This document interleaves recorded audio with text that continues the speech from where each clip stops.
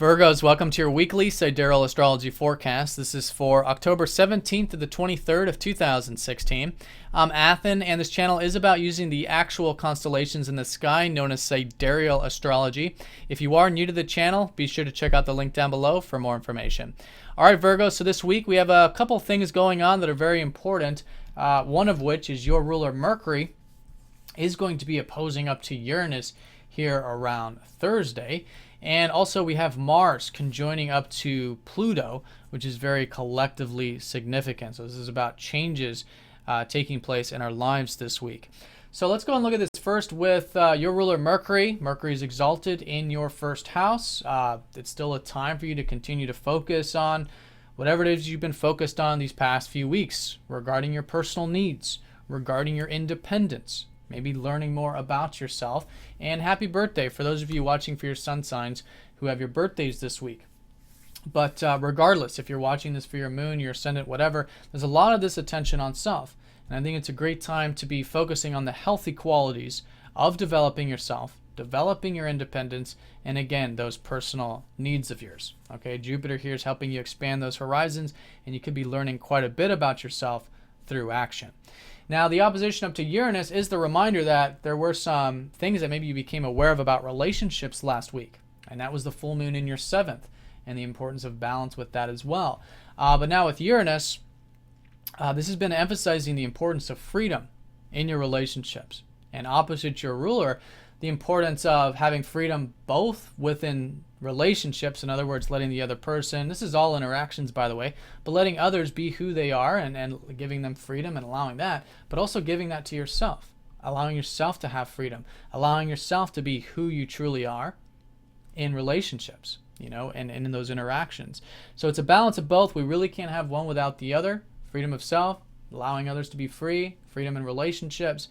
And this is two sides of the same coin in the sense that, as you're cultivating these personal needs of yours, it is important to be aware of others' needs, right? How you can cooperate and work with others and that kind of a thing. And I think when you're approaching it in that direction of a willingness to, cultivate your personal needs and help others cultivate their needs, then I think that's a great way of working with this. And like I said, it can be very freeing. You could be feeling like maybe making some changes this week to break through, to break free in some sense, maybe involving relationships. So do keep it nice and balanced because, of course, we don't want to go to just one extreme or the other, not just into the relationships or just not focused on self. We want to center it. And in that way, then we merge the two. It can be freeing and liberating in a healthy and balanced sense.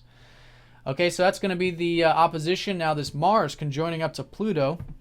This will be basically this whole first half of the week. This is a very important aspect. It happens once every 2.5 years. And it's setting a sort of new beginning now. Nothing new. This has been new beginnings with this area for many years. But now, in the shorter term, in these coming years, new beginnings with your 4th house. This is the house of your roots in life. It might be home life for some of you. It might be your family life. It might be your health as well. Making changes with this. Okay, lately you may have noticed maybe a bit of motivation and drive to cultivate your roots in life. Spend some time at home or whatever it is. Put some energy into this area. Or maybe your energy levels are a bit low, and I think it's a good time, like I was saying last week, to be maybe channeling that energy into your home life, into your family life, into your health right now at the moment. That's a great way of working with Mars at the bottom of the chart. But in either case, Pluto, very deep planet, brings up what often is fears that are associated with these areas. Okay, so it's a great week for first being aware of if there are any fears. In other words, to dive deep, to see what's beneath the surface. And you'll know if there are any fears, if there's any effects, if there's any outcomes of you wanting to control things in this area, or if you're feeling overly attached in this area, like you want things to be a certain way, or you want a certain outcome or something like that, or you're holding on real tight.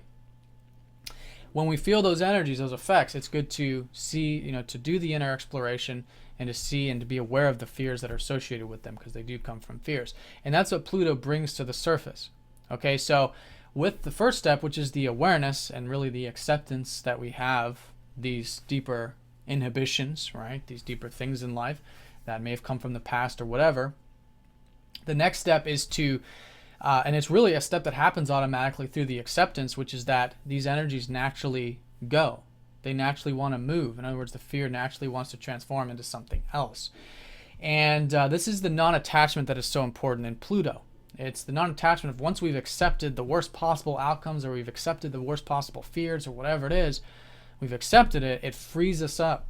And it's that freedom, that liberation that Pluto sort of provides or is invoked when Pluto's in a certain house like this. And again, it's your home, family, root sector, and your emotions, your deep emotions, your soul in many ways. Okay, and with Mars, Mars is the the ego, the personal drives, the motivations, the personal needs, the things you want in this area. So as you detach from that, as you let go and you're okay as best as you can up to a certain point, of course, okay with how things turn out, with things not maybe being a certain way, it will free you up. And that's going to allow you to make the positive changes, because if you think about, what happens when we don't care about how something turns out, we've completely accepted all possibilities, then it frees us up. And it's that freedom, that power that flows through you, which is not the ego's power, but the power of life that flows through you, will allow for these changes. I think the changes are happening no matter what, but this will allow you to line up with them so you can, make these changes, be the agent of change in this area, and break these old patterns, whatever they might be, psychological, again, emotional, fear-based, past things, so you can make positive change in this area. All right, for some of you, again, it might be home specifically, it might be family. For some of you, it might be just your health, or maybe it's a combination of all three, or something like that. This is your roots, your soul, your emotional body, and the things you connect to with emotions, which is your sentiments. All right. Now, Mars does also rule your third house of your mind, so I think this is a great week of changing perspective and maybe changing the way you communicate as well. Maybe making some changes with that. But fundamentally, it's your mind, and it's the rational mind. So there's a lot to learn, let's just say, about this area. And as you're open to learning, then that will free you up. And I think as a result, you can find it very powerful, and that your mind is changing and your perspective is changing. Okay. Now, when it comes to the 8th house, this is about, again, just like Pluto, the deep stuff. And in fact, Mars naturally does rule the 8th house as well. So this is transformations with yourself spiritually. It's transformations with yourself psychologically. And again, the deeper you go, and the deeper you're willing to go, will assist and help these changes. Now, again, this is a neutral aspect. Your personal chart will determine, and how you approach this will determine the ease of this or the challenge of this. So I don't want you to get the impression that this is just a challenging aspect. It's up to your willingness, I think, to dive deep. And as a result, it can be very liberating, very freeing, very powerful. And like I said, for the better, as it always is, for this area. Okay. And those key areas, your mind, your communication, as well as really connecting to openness and intimacy. All right. Because it all starts with openness and intimacy with self.